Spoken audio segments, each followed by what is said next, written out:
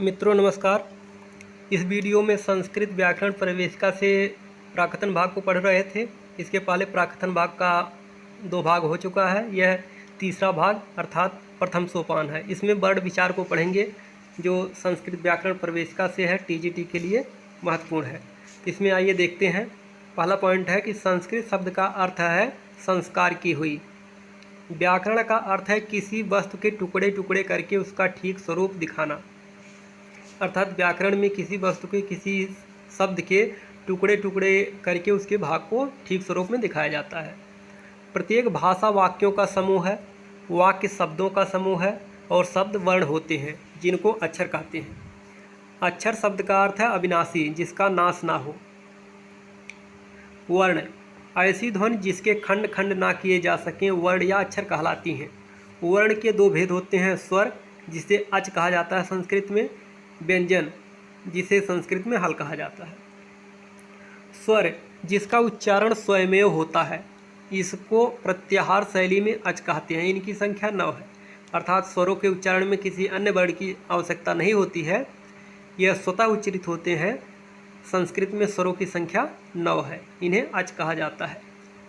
एक मात्रो भवेत् ह्रस्वो द्विमात्रो दीर्घ उच्यते त्रिमात्रस्तु प्लुतो गेयो व्यंजनम चार्ध मात्रिकम। एक मात्रो भवेत् ह्रस्व मतलब है एक मात्रा वाले स्वर को ह्रस्व कहा जाता है, 2 मात्रा वाले स्वर को दीर्घ कहा जाता है और प्लुत को 2 से अधिक मात्रा अर्थात 3 मात्रा वाला कहा जाता है। व्यंजनम चार्ध मात्रिकम, व्यंजन अर्धमात्रिक होते हैं। ह्रस्व स्वर, इसमें ह्रस्व स्वर या मूल स्वर इनकी संख्या 5 है। आ, ई, उ, री, लिरी ये ह्रस्व स्वर है, इन्हें मूल स्वर कहा जाता है। दीर्घ स्वर आ, ई, उ, री, ए, आई, ओ, औ यह दीर्घ स्वर है, 8 इनकी संख्या है। इसमें से ए, आई, ओ, औ यह संध्यक्षर है, इन्हें मिश्र विकृत स्वर भी कहा जाता है। प्लुत स्वर आ, ई, उ, री, लिरी, ए, आई, ओ, औ ये प्लुत है। प्लुत लिखने के लिए किसी भी वर्ण के आगे गिनती का 3 लिख करके प्लुत दर्शाया जाता है। आगे है समानाक्षर वर्ण। समानाक्षर वर्ण आ, ई, उ, री ये समानाक्षर वर्ण है। आगे देखते हैं व्यंजन। व्यंजन को हल कहा जाता है संस्कृत में। जिस वर्ण का उच्चारण स्वर की सहायता से होता है उसे व्यंजन कहते हैं। व्यंजनों की संख्या 33 है। कु, चु, टू, तु, पु उदित कहलाते हैं तथा अपने अपने वर्ग का वाचक होते हैं। कादियो माओ साना स्पर्शा माने का से शुरू होकर माँ पर समाप्त होकर ये स्पर्श वर्ण है, इनकी संख्या 25 है। जैसे कु कह दिया गया माने कु से का वर्ग, का खा गा घा अंगा। चू से चा वर्ग, चा छा जा झा या। इसी प्रकार से 5 वर्ग होते हैं। या व रा ला अंतस्थ वर्ण है। या रा ला वा अंतस्था। स हा ऊष्म वर्ण है। स हा ऊष्माणः अर्थात स ऊष्म वर्ण होते हैं। आगे देखते हैं उच्चारण स्थान। ये वर्ण हो गए। अब इसमें देखते हैं किस वर्ण का क्या उच्चारण स्थान है। उच्चारण स्थानों की संख्या 7 मानी गई है। उस प्रकार से पाणिनि शिक्षा के अनुसार उच्चारण स्थानों की संख्या 8 है। अब इसमें देखते हैं पहला है अकुह विसर्जनीय नाम कंठा। अकुह विसर्जनीय नाम कंठा माने ह्रस्व या दीर्घ आ और का वर्ग, का खा गा घा ङा, हा और विसर्ग, इनका उच्चारण स्थान कंठ है।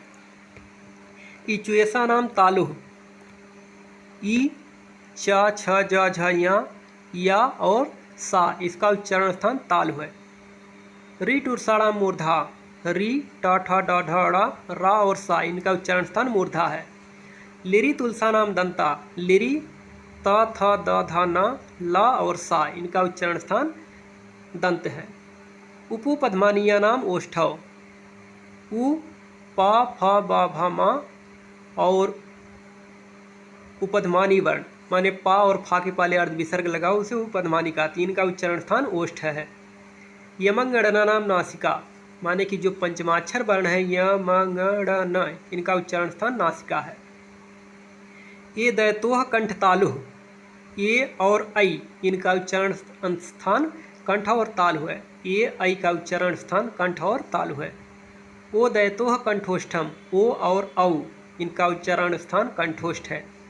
वकारस्य दंतोष्ठम, वा का उच्चारण स्थान दंतोष्ठ है। जिह्वामूलीय जिह्वामूलम, का और खा के पहले अर्ध विसर्ग लगा हो तो उसे जिह्वामूली बोलते हैं। इनका उच्चारण स्थान जिह्वामूल है अर्थात जिह्वा की जड़। अनुस्वारस्य नासिका, अनुस्वार का उच्चारण स्थान नासिका होता है। अब इसमें देख रहे होंगे कि उच्चारण स्थानों की क्रमांक लिखा गया है कि 11, लेकिन यहाँ पर कुछ जैसे हैं कि कंठ ताल ये 2 बार पठित हुए हैं, कंठ ओष्ठ 2 बार पठित हुए हैं, दंत ओष्ठ 2 बार पठित हुए हैं। इस प्रकार से उच्चारण स्थानों की संख्या पाणिनि शिक्षा के अनुसार 8 है और मूल रूप से उच्चारण स्थानों की संख्या 7 है। आगे देखते हैं कि संस्कृत में आयोगवाह वर्णों की संख्या 4 है। संस्कृत में आयोगवाह वर्णों की संख्या 4 है। अनुस्वार, विसर्ग, उपध्मानी, जिह्वामूली ये चारों पराश्रित ध्वनियाँ हैं। संस्कृत वर्णमाला तथा माहेश्वर सूत्र में ना पढ़ी जाने के कारण आयोगवाह कहे जाते हैं। आगे देखते हैं यत्न प्रयत्न। किसी भी वर्ण के उच्चारण में जो चेष्टा करनी पड़ती है उसे यत्न या प्रयत्न कहते हैं। यह 2 प्रकार का होता है। पहला आभ्यंतर प्रयत्न, किसी वर्ण के मुख के बाहर निकलने से पहले ही मुख के अंदर जो प्रयत्न किया जाता है उसे आभ्यंतर प्रयत्न कहते हैं। अर्थात किसी वर्ण के उच्चारण करने से पहले जो मुख के अंदर प्रयास किया जाता है उसे आभ्यंतर प्रयत्न कहते हैं। इनकी संख्या 5 है। स्पृष्ट, ईषत् स्पृष्ट, ईषत् विवृत, विवृत और संवृत ये आभ्यंतर प्रयत्न है। आगे देखते हैं वाह्य प्रयत्न। किसी वर्ण के मुख से बाहर निकलते समय जो यत्न होता है उसे वाह्य यत्न कहा जाता है। इनकी संख्या 11 है। विवार, श्वास, संवार, नाद, घोष, अघोष, अल्पप्राण, महाप्राण, उदात्त, अनुदात्त, स्वरित।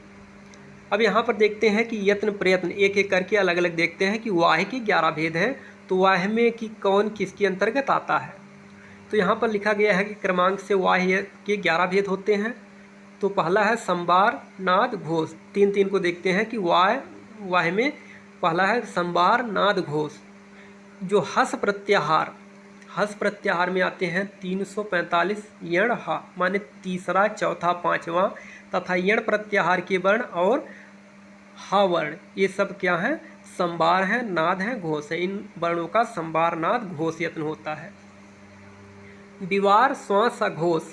खरह, विवारह, श्वासा, अघोषा कहा गया है। तो खर प्रत्याहार के अंतर्गत आते हैं 12 त्रिपल सा माने प्रत्येक वर्ग का पहला, दूसरा और तीनों सा ये सब क्या है, विवार, श्वास, अघोष होते हैं। आगे है उदात्त, अनुदात्त, स्वरित। उदात्त, अनुदात्त, स्वरित यह स्वरों का यत्न होता है। उदात्त उच्चैर उदात्ता माने ऊंचे स्वर में उच्चारण किया जाता है उसे उदात्त कहते हैं। अनुदात्त नीचैर अनुदात्ता, नीचे स्वर में बोला जाए तो उसे अनुदात्त कहते हैं। स्वरित समाहार स्वरिता, समान स्वर में बोला जा रहा है तो वह क्या है, स्वरित है। अगला है कि अल्प प्राण, महाप्राण। तो अल्प प्राण 135 यण अल्प प्राणा माने प्रत्येक वर्ग का पहला, तीसरा और या, वा, रा, ला ये सब क्या है, अल्प प्राण है। महाप्राण 24 साला महाप्राणा माने महाप्राण वर्ण होते हैं प्रत्येक वर्ग के दूसरे, चौथे और सा, सा, सा, हा ये क्या है, महाप्राण है। इस प्रकार से वाह्य यत्न के 11 भेद होते हैं जिसमें से ये पढ़े हैं। आगे देखते हैं आभ्यंतर यत्न। आभ्यंतर यत्न के 5 भेद हैं। पहला है स्पृष्ट। स्पृष्टम प्रयत्नम स्पर्शानाम माने कि जो स्पर्श वर्ण होते हैं का से लेकर माँ तक, कादियो, मावसाना ये सब क्या है, स्पृष्ट हैं। ईषत् स्पृष्ट, ईषत् स्पृष्टम अंतस्थानाम माने कि अंतस्थ वर्ण जो होते हैं या, वा, रा, ला ये सब क्या है, ईषत् स्पृष्ट है। ईषत् विवृत, ईषत् विवृतम ऊष्माणम माने ऊष्म वर्ण जो होते हैं ईषत् विवृत होते हैं। विवृत, विवृत स्वराणाम जो स्वर होते हैं संपूर्ण स्वरों का यत्न विवृत होता है आभ्यंतर प्रयत्न में। संवृत ह्रस्व आ व्याकरण में प्रयोग की दृष्टि से, व्याकरण में प्रयोग की दृष्टि से ह्रस्व आ का संवृत यत्न होता है। जैसे लिखा जाए राम, अब राम में मकारोत्तरवर्ती आकार जो है उसका यत्न क्या है, संवृत है। इस प्रकार से यत्न के 2 भेद होते हैं, वाह्य और आभ्यंतर। वाह्य के 11 भेद होते हैं, आभ्यंतर के 5 भेद होते हैं। आगे देखते हैं स्वरों का नाम अच है, इनकी संख्या 9 है। ये माहेश्वर सूत्र के प्रथम से चतुर्थ तक आते हैं माने माहेश्वर सूत्र में प्रथम सूत्र से चौथे सूत्र तक स्वरों का वर्णन किया गया है। इनकी संख्या 9 है। स्वर के 3 प्रकार हैं, ह्रस्व, दीर्घ, प्लुत। उकालो अजह्रस्व दीर्घ प्लुतः। उच्चारण के अनुसार स्वर के 3 भेद होते हैं, उदात्त, अनुदात्त, स्वरित। उच्चारण के आधार पर स्वर के 3 भेद होते हैं, उदात्त, अनुदात्त, स्वरित। सभी स्वर पुनः 2 प्रकार के होते हैं, अनुनासिक, अननुनासिक। अनुनासिक में आ, ए, ऐ आदि, माने कि यह नाक से भी उच्चरित होते हैं, इसे अनुनासिक कहते हैं, और जो नाक से ना उच्चरित हों उनसे अननुनासिक कहते हैं।